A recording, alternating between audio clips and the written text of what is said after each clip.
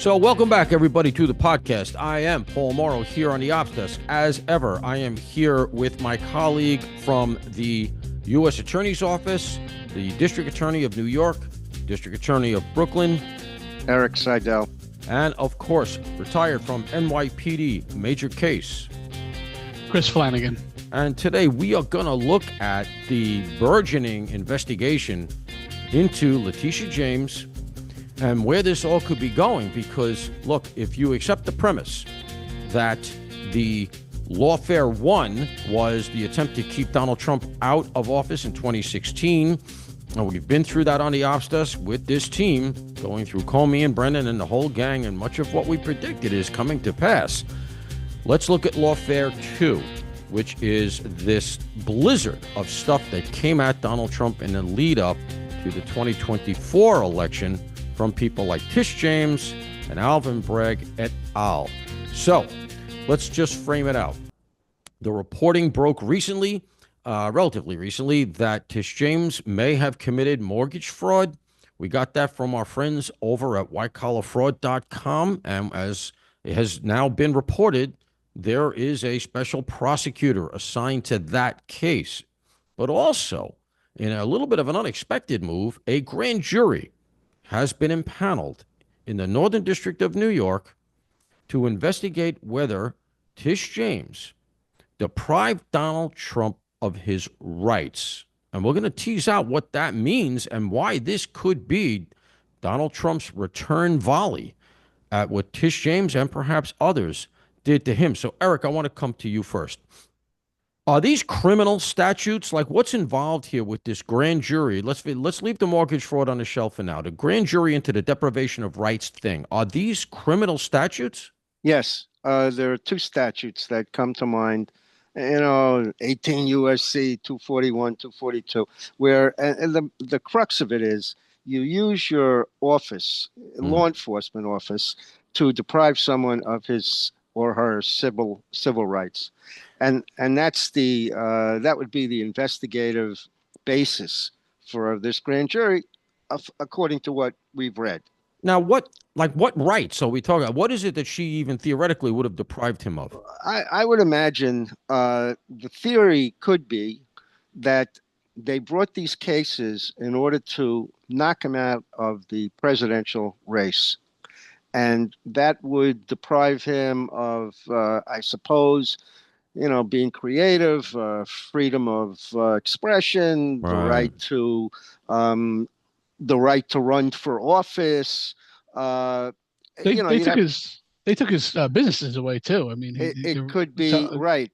It could have economic implications. So all of that could be teased out and could be a legitimate basis for a grand jury investigation. And don't forget, we're talking about an investigation now. We're talking about a grand jury investigation, which has just broad powers. And we're not talking about indictments yet. Right. And we're not talking certainly about trials or anything like that. But do they have a legitimate basis for engaging in this grand jury investigation? I mean, I think they do.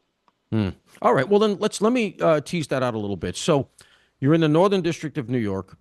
You have a grand jury who is essentially looking at the evidence, the stuff that the prosecutor brings in, to see if there's enough to get an indictment. How many people in the grand jury? Well, it's 23. And look, it doesn't mean necessarily that there will be an indictment. You could have a grand jury investigation to see whether or not there should be an indictment. Right. Well, and it's going to be, they're going to look at all of this evidence. And just for the audience, is there a defense attorney there? No. So they're just going to be a prosecutor who's bringing this stuff in, showing it to these people, and saying, and what's the standard? How many of them have to agree in order to get an indictment? 12. Okay, so if you get 12, a simple majority of the 23 people that are sitting in that room, and sometimes it can be less because sometimes people don't show up and all that kind of thing, right? Well, yeah, but you have to have a quorum. And usually I think it's going to be 16. But you've got to have a majority of the grand jurors who have been impaneled. Yes. What is the standard? That is to say, legally, what is it? What is the threshold that they have to agree upon to say indictment? This thing should go forward. Well, it's basically probable cause to believe that a crime Probable was cause. committed and that the person committed the crime. So it's a stopgap in our system for people to say, you know what, this thing should go forward or it should not go forward. But as the famous saying goes, what can you indict? Came out of New York. What can you indict? Well, the saying it's famous, the ham sandwich. A ham sandwich, which, by the way, was thrown at an ICE officer recently in Washington, D.C. But that's Was it a ham sandwich? that's my understanding. I saw somebody Okay. say, well, that's a ham Yeah. sandwich that got thrown at the guy. But of course, you're right. And I'm joking, but I'm not, because the standard can be quite low. Now that said, as you said, could have a grand jury investigation. That's all they do is the investigation, and that's the end of it. And what? Maybe we could get a report, or where could it go after that?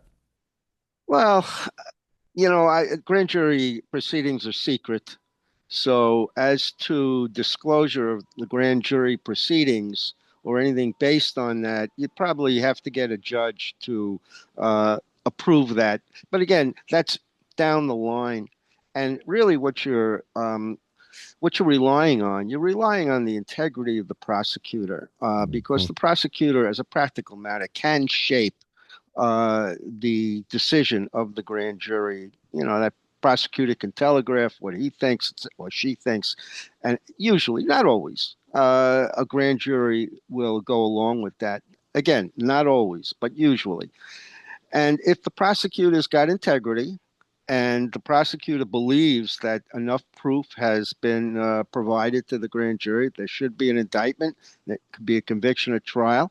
That's there will most likely be an indictment. But if the prosecutor does not believe that, then there won't be an indictment. Yeah, the prosecutor can kind of signal this is BS. I'm going through the Well, motions, and hey, prosecutor doesn't even have to charge the grand jury that's right. At as the end of it, to that's right. whether or not they should vote on a crime.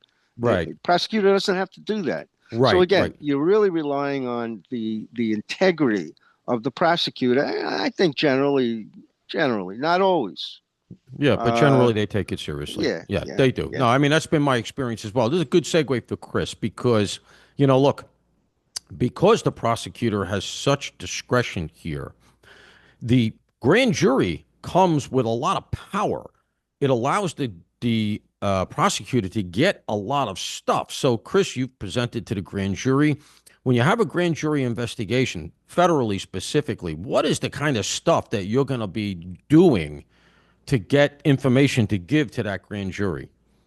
You're going to be, well, the investigators are going to be conducting interviews, and you need a little bit of a string to pull to get the ball rolling. But you're going to go through, if you don't have a cooperator at some point in the investigation, then you're going to have to start going through communication logs. That's like phone calls before and after specific events during the case, email logs, text message logs. And And how are you then going to once get that stuff?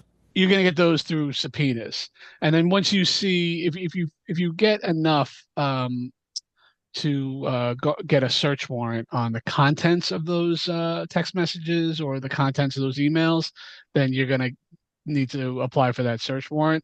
They in my opinion, they're not going to get much until they have enough to get a search warrant. Start digging through some of these emails or text messages back and forth. So that's going to be involved in getting the people involved in the case on New York State Attorney General's office, and then I'm going to be looking for communication with other people, potentially media outlets. Like if you remember with the Fannie Willis case down in Georgia, Nathan Wade billed I think 10 hours in White House meetings. So I'm probably Mm. going to be looking for communication between people in the White House, people running concurrent investigations, like maybe Alvin Bragg's office, All right, just to yeah, see we'll what get we get. definitely. So we'll get to that, but I want to tease out what you're going to target, like physically, where you're going to go to get that stuff. So let's say Eric is the prosecutor. He's conducting the grand jury. He's presenting this stuff. Chris, you're the investigator.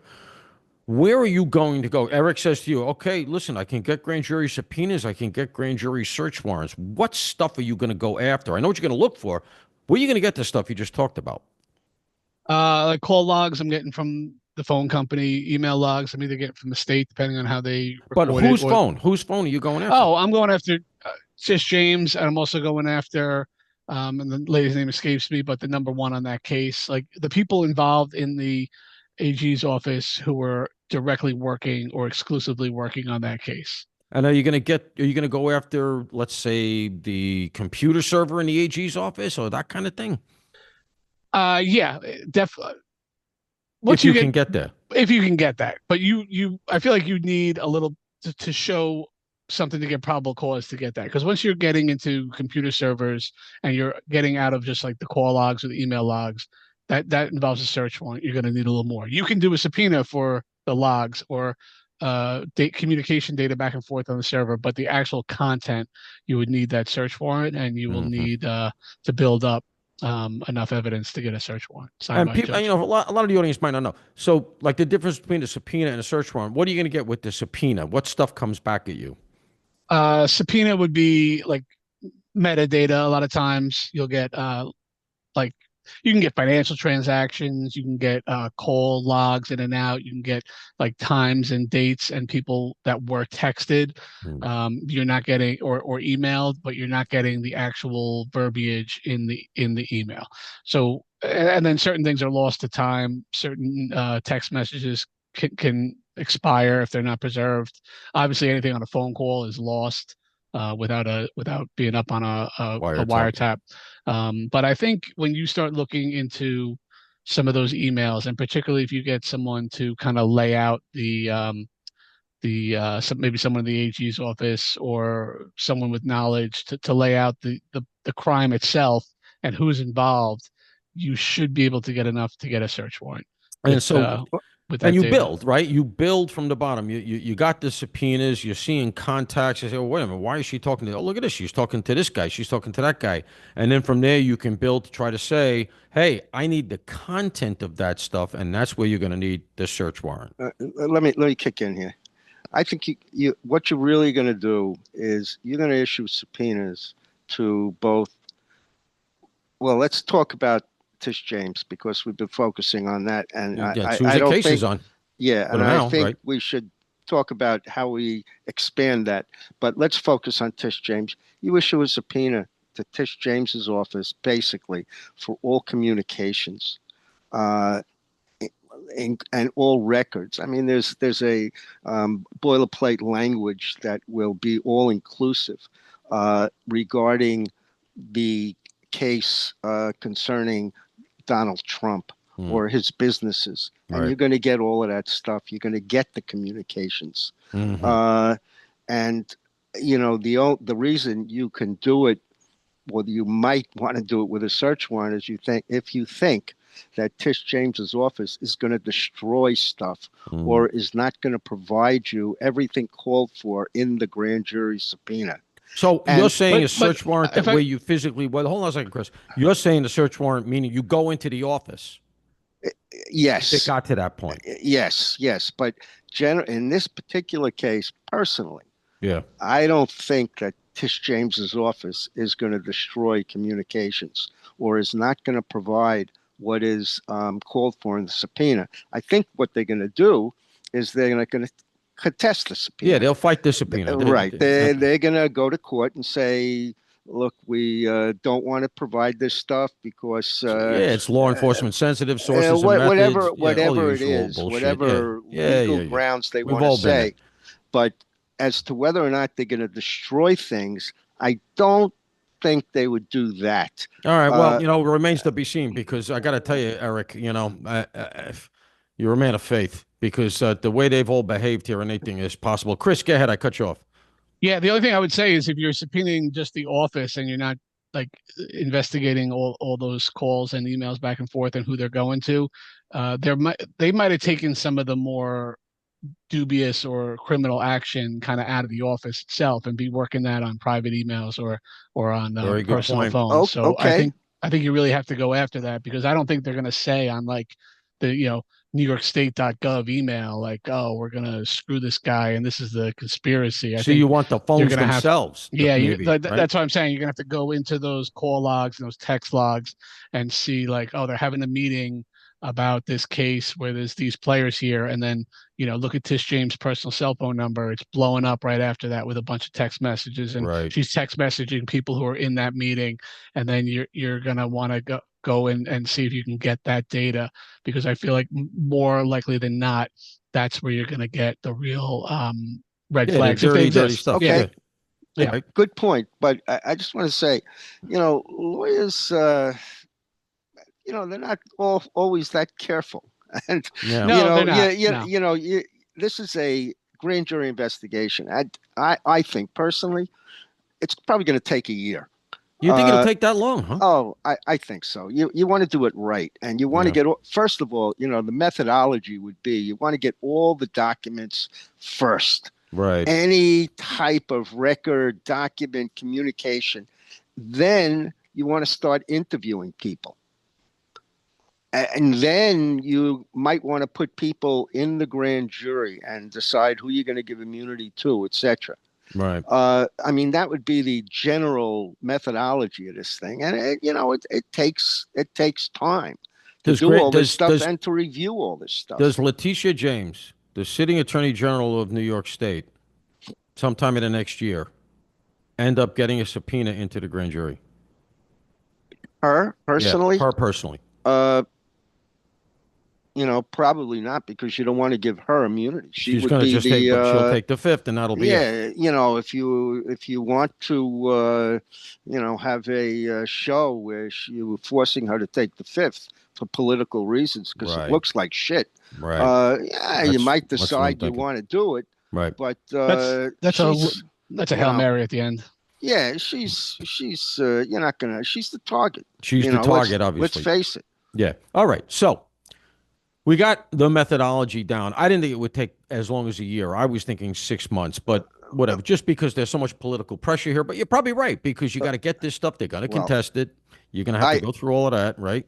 I say this because my vision of what this grand jury should do goes beyond just Tish James. All right, so hold on. Let me get to about that. Yeah, let me get to that. So, all right, let me move us forward here a little bit. Now, there are two statutes in play relative to the deprivation of rights. As Eric said, 18 U.S.C., that's U.S. Code 241 and 242. 242 is the one we've been talking about, and that is to say that Tish James, as a member of the government, member of law enforcement, acted to intentionally deprive Donald Trump of his constitutional rights, essentially. And as we said, there's a host of things that you could articulate: freedom of assembly, freedom of speech, certainly, because, if he can't actually run for office because they're doing what they're doing to him, if that is the intent. And remember, she said it quite foolishly for an attorney.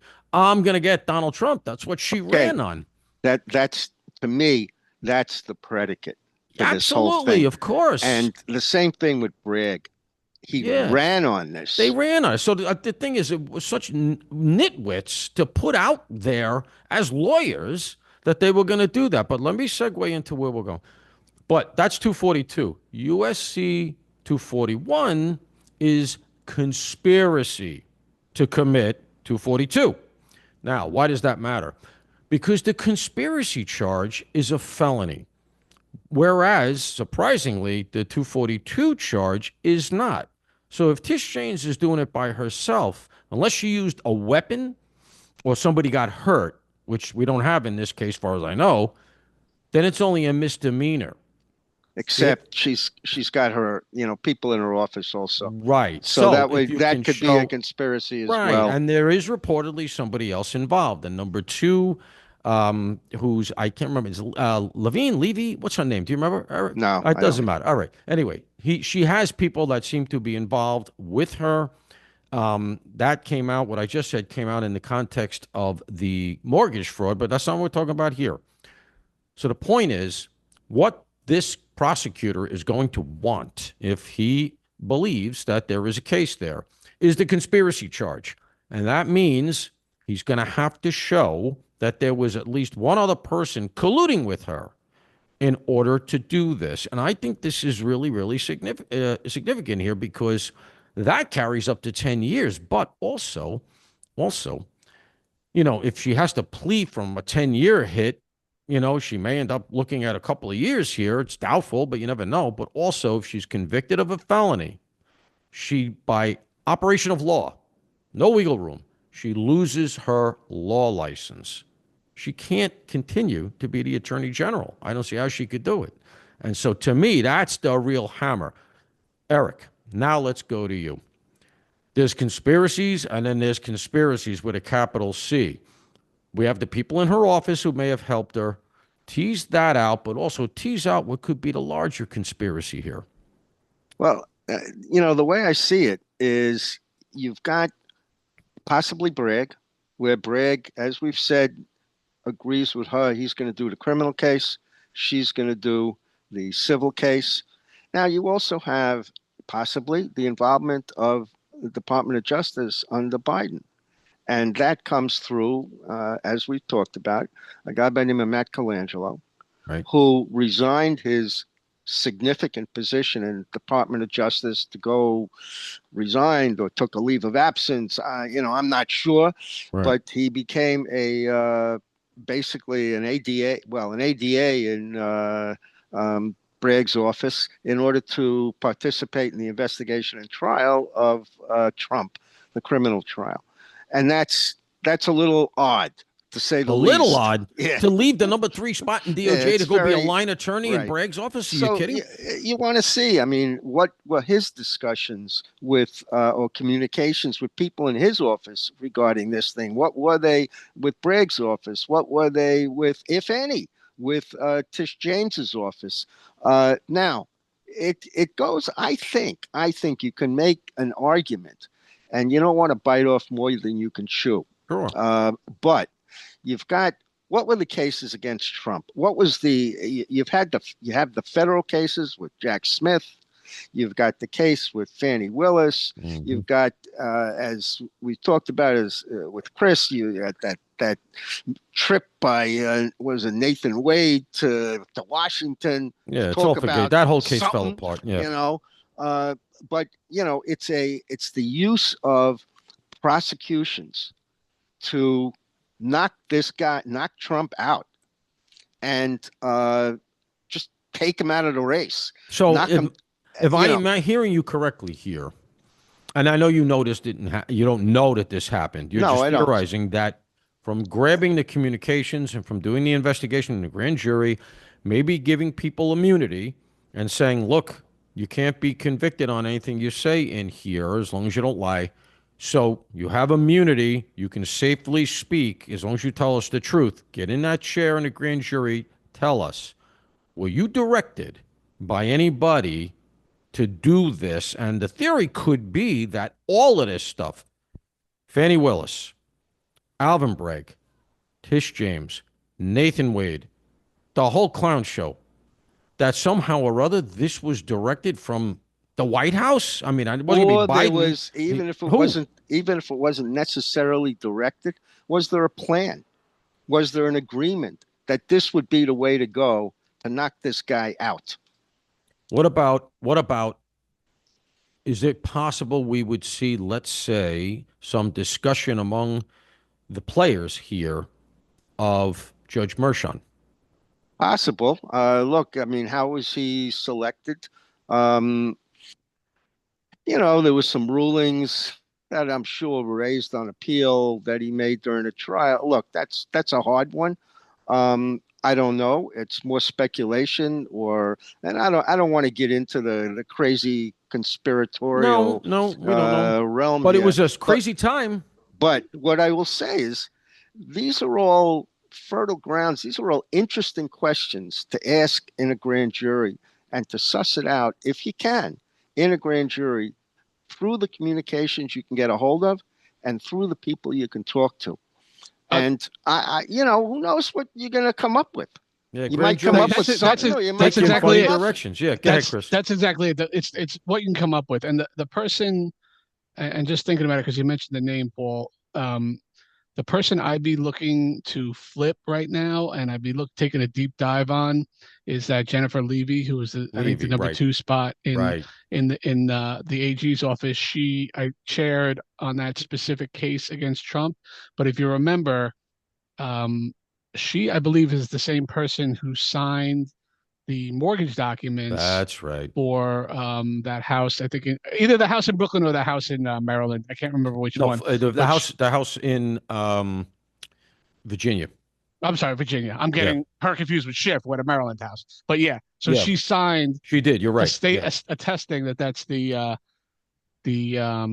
primary residence, and she knows that's not true because Tish right, James is the she works with Tish James in New York.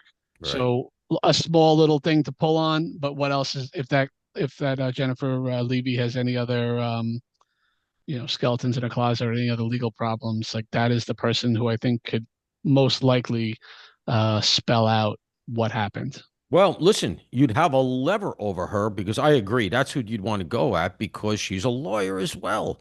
And if she is a co-conspirator and gets convicted here, not only does she have the same problem Tish James has in terms of a 10-year sentence potentially, but she has the exposure of her law license. It's the woman's livelihood, man. I mean, that's a Yeah, pretty big. the only problem is if she lost her law license and was convicted and all this, MSNBC would give her a primetime show. They probably will. Certainly, Tish James would. They would. No, you're not wrong about that. So let me ask you, Chris. I mean, how are you going to go about this? I mean, it's pretty much the same thing, I guess, right? You're going to keep going and pursue the devices. You're going to try to get to search warrants where maybe you could take servers and things like that.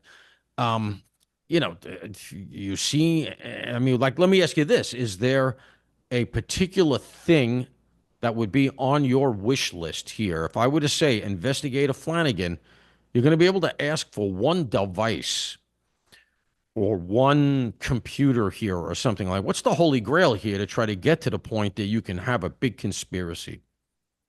Like I said, I want to see what the communication within the office looks like, but I would have to say if you gave me Tish James' personal cell phone, All I right. think that would be my first thing on my wish list. And I'd also start taking a look at some of these people who are definitely involved. If you have enough to show that, like, a crime occurred and you can't necessarily prove who did it, but these people are involved in some criminal activity. I'd be taking a deep dive on them on a litany of stuff. I'd be looking at properties. I'd be looking through FinCEN. I'd be looking at vulnerabilities and just looking for that person to cooperate. And That's critical. I don't think you can make the case without cooperating I was about to say, personally. what you're looking for here more than anything else is you're looking for a flip, right? You're looking for somebody inside this thing to say, yeah, I was there. I was there when they had the conversation. I was sitting in the room, or whatever. And the decision was But made. Bragg, you take the court criminal. yeah, Tish, you take this. Or I was there when Fannie Willis called her. And, Eric makes a very good point. Even people who are experienced law enforcement, they do dumb things. And we've already elucidated one of them, which is that both Bragg and Tish James ran for office saying they're going to get this guy, which is just, I got to tell you, that alone is an ethics violation under the New York State Bar. Like, if I ever said that about somebody on the left and I was running and I won, they'd come at me like hawks and they'd be right. He gets away with it, she gets away with it. But what it does is, as Eric says, it's a very strong predicate for the deprivation of rights because they essentially said, show me the men, I'll find a crime. And it was a big mistake in my estimation. So people do dumb things. And let me ask you this, Chris. Have you seen situations where somebody who should have known better, I'm sure you have in your financial investigations or otherwise, where people speak openly on texts, on emails, on social media, where just give the whole thing up essentially? cannot express how often that happens on social media. Like not with some of the higher end perps, but like when we used to go after, we used to do a lot of gang related cases because a lot of gangs in the city were involved in financial fraud. They would give you the whole case on social media. It's unbelievable. Unbelievable. We Those are we just like, we had one on they're always Facebook on one it. time. The guy literally said, I shot Shorty. It actually was Shorty. He actually was. I know it's a cliche, but he said, I shot Shorty, and I know the police are probably looking at this, and I don't give a shit. And Yeah, he's there. It's identified. There he is. He's saying, I shot him. He's waving the gun and everything else. And, you can imagine how that ended. So, yeah, it's amazing. And what you could have here in this case, just to speculate a little bit, I could see, is where you'd have emails, let's say, that allude to conversations that happened in texts, 100%. right? You're going to get emails that say, hey, thanks for the heads up last night.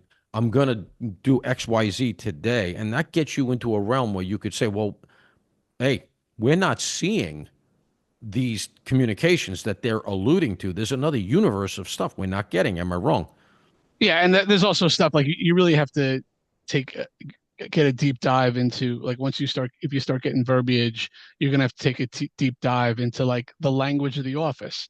So they might call the case something other than like an obvious name for it, or they might use terms, like that just to kind of mask their what they're doing, especially if they're Sure. using like a government email. They're not going to spell out Trump or something. They'll use some other, code word or, word that's known around the office, just so no one can do like a keyword search and easily find the things that you're looking for. It's common, but I don't know that they did that, but I wouldn't be surprised. I wouldn't be surprised if it is so blatant as some people saying on texts or on email, because this happened in the Eric Adams investigation. I'll hit you on Signal. Yeah. Then so that you know, oh, there's a bunch of communications that they're trying to keep clandestine. And then you got to get the phone because there's no way to get that server. Look, guys, we're up against the clock. I think we really teased this one out pretty good. Chris, I want to stay with you real quick to close us out. Then, Eric, I'll come to you. The mortgage fraud. We haven't really talked about that.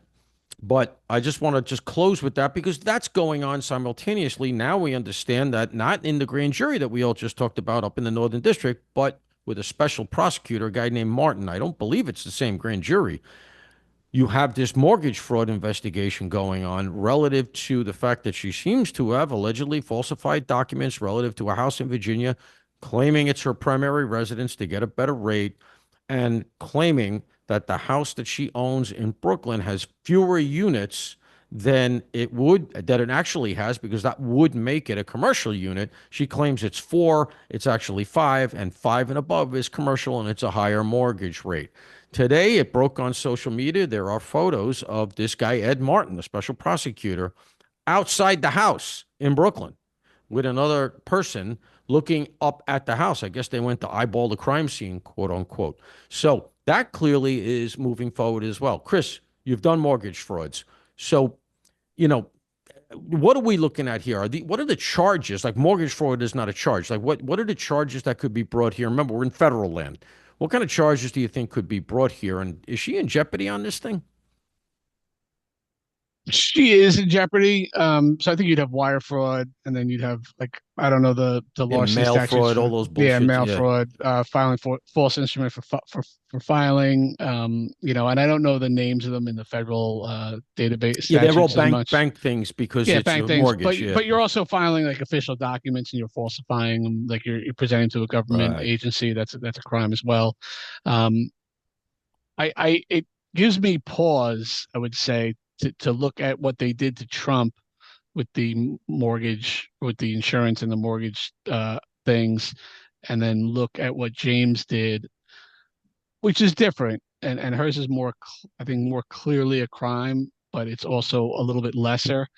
I'd certainly would feel a lot more comfortable with that case if they actually went to the like any insurance agencies, but any lending agency as well, and got them on board as a complainant.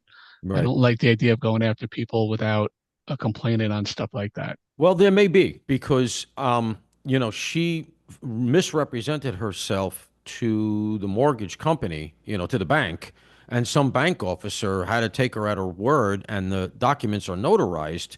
And so, look, should he have known better? Of course. He's being told this is her primary residence in Virginia. He knows she's the attorney general. He's gotta. That's what I mean. Like they There's did your the same flip thing right with there, Trump. right? Yeah, yeah. Flip I, him. I There think you it's go. Right? I mean, because he's in jeopardy too. Dude, didn't you know? How could you not know? I mean, come on. Let's be serious here. He's a bank manager or whatever, a bank loan officer. He's probably 26 years old. He's probably going to say, listen, I don't want to lose my license because that's a license spot, to do that kind of thing. So he'll flip if all you're asking him to do is, look, come in, talk in a grand jury about what happened, and then go away. I would think that he's a likely flip. Now, that doesn't mean she's going to I take don't some even know if big you really have hit, to right? flip him. I think he might come forward if you subpoenaed him, but would the agency itself like say, hey, that she stole money from us by pulling this scam? That's I my don't, I point. don't, I don't know that. Yeah, I mean, you could ask him. I If don't know he's that they got would. jeopardy of having colluded with her, right? Yeah, but you know what I mean? He's not the one out the money, so to speak. Well, It's the bank is. the bank is, yeah. Sure, So but you he's a need the bank to representative be of the bank. yeah, I think it would be tenuous, personally. I The don't bank might come know. forward and be like, "Yep, we want to prosecute. We don't I mean, accept what this does he give a behavior." shit? He lives in Virginia. She's up there. He's probably, I mean, he shouldn't have done it. But, if I'm him, I say, listen, you guys will go away and I never have to deal with you again. Sure, tell me where to go. I mean, that's me. I don't know. I mean, I'm not going to stand up for Tish James if I'm a bank guy in Virginia. And, I mean, is it possible that he didn't know who she was? I think it's possible, but I'm more talking about the bank as an entity. Like, do they normally prefer charges on something like that? I don't know that they would, Well, and they might. I will tell you, I did a search and Tish James's office has brought mortgage fraud cases. So the facts are not identical, but she Yeah. has done it, Well, the New York AG's office does make a lot of and New York State Department of Banking, they do make a lot of cases on mortgage fraud and things like that. So Yeah, they do. That's yeah, their they're bailiwick. Yeah. familiar with it. Yeah. Yeah, Yep. yeah, they do that kind of stuff. She knows what she was doing. That's another thing. 100% she knows. Yeah. There's no doubt. All right, Yeah. Eric, let me come to you just to finish us up here. What is the likelihood? You've heard all the facts. You've heard us tease it out. You're familiar with it. What do you think? Did they get her on the mortgage fraud stuff, whether it's down in Virginia or the thing in Brooklyn is really cut and dry. I mean, the certificate of occupancy comes back as six for like 10, 12 years, whatever it is. More than that, I think, actually. And she just insists on the mortgage applications that it's not. I don't see how she talks her way out of that one. And I'll tell you, I saw some of the pushback in print that came from her and her attorney, and it was less than compelling. Let's put it that way. It looked to me like they were purposely discombobulating the facts because they didn't know really where to go. The lawyer didn't really have anywhere to go. What do you think the likely? Let's take the deprivation of rights thing off the shelf for a sec, and let's just look at the mortgage fraud. What do you think the possibilities of them getting her on some kind of federal charge on that? Okay, here's the thing. There are three, I think, federal charges: bank fraud, Hmm, there is a wire fraud, and definitely. there's making a false statement on a loan Oh, application. yeah. Is that 1,001? No, it's not. It's Oh, yeah, right, because it's not a federal officer. Right, right, right. yeah, it's 1,000, I think Yeah, whatever it is. 14 I or saw something this. Yeah, like I that. saw it. Yeah, yeah, Yeah, yeah, yeah. those seem to me to be on a quick search, the three main charges that you would look at. Mm, Now, to me, what I would look at is obviously you look at the documents to see what she said. Assuming there are false statements in there, personally, what I would want to see is, did she make any money from this? right, What was the benefit that she right, actually right. did? She actually That's kind get of a Chris's point. Yeah, yeah? right. Did she actually get a benefit? And I don't know that she did, but let's assume that she did. And you'd add up the amount of money she's got over the number of years that she's had these loans out there, and you Mm, come up with a sum. And it's probably, if that actually happened, it's probably a reasonably significant sum. yeah, Either five figures, six figures, whatever it is, yeah, and that would be, to me, the basis for charging. And now look, if she didn't make any money out of this, or she didn't enable somebody else to make any money out of this, that's a different story. right. If it was just a false statement in the various documents, but nobody made any money off of it, just a mistake. That's one thing. That I don't know if you charge her No, criminally, I mean, you but don't if it's just a mistake if because there's she, nothing gained. But right, if she or she enabled somebody else yeah, knowingly to make right. money off of this thing, and they're probably going to charge it. And I think so. I actually do. And I think the problem she has with this, especially the Brooklyn house, is that unlike a lot of financial stuff, and again, this kind of goes to what Chris was saying, it's comprehensible. It's very simple. The city of New York, which is the deciding entity for the tax purposes, says your certificate of occupancy that we're awarding you is 5 units. She insists regularly over the course of years, repeatedly on numerous documents, that it's four.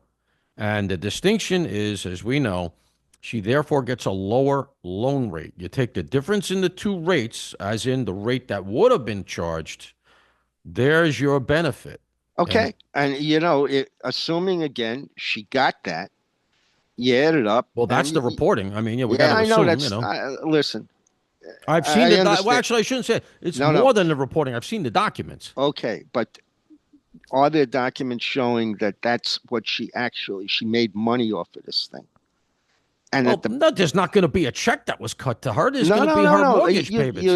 You'd want to look at all of that stuff, and you want to nail it down. But let's assume we nailed it down. Let's assume it's nailed down. She's probably going to get indicted. Now, will she take a plea or go to trial? I'll bet you. That's I'll bet you she goes to trial. That's where I'm trying to get. So that's the I know point that's here. what you're That's why I trying was to asking get. you before. That's what I'm trying to get to here. No, I don't mean that in terms of I'm trying to Yeah. get her. What I'm trying to No, get no, to I for our understand that. purposes is, can you imagine we're going to have to strap ourselves in because we're going to have She's a going to federal Paul. trial of the sitting attorney general. It's going to Paul, be Paul. amazing.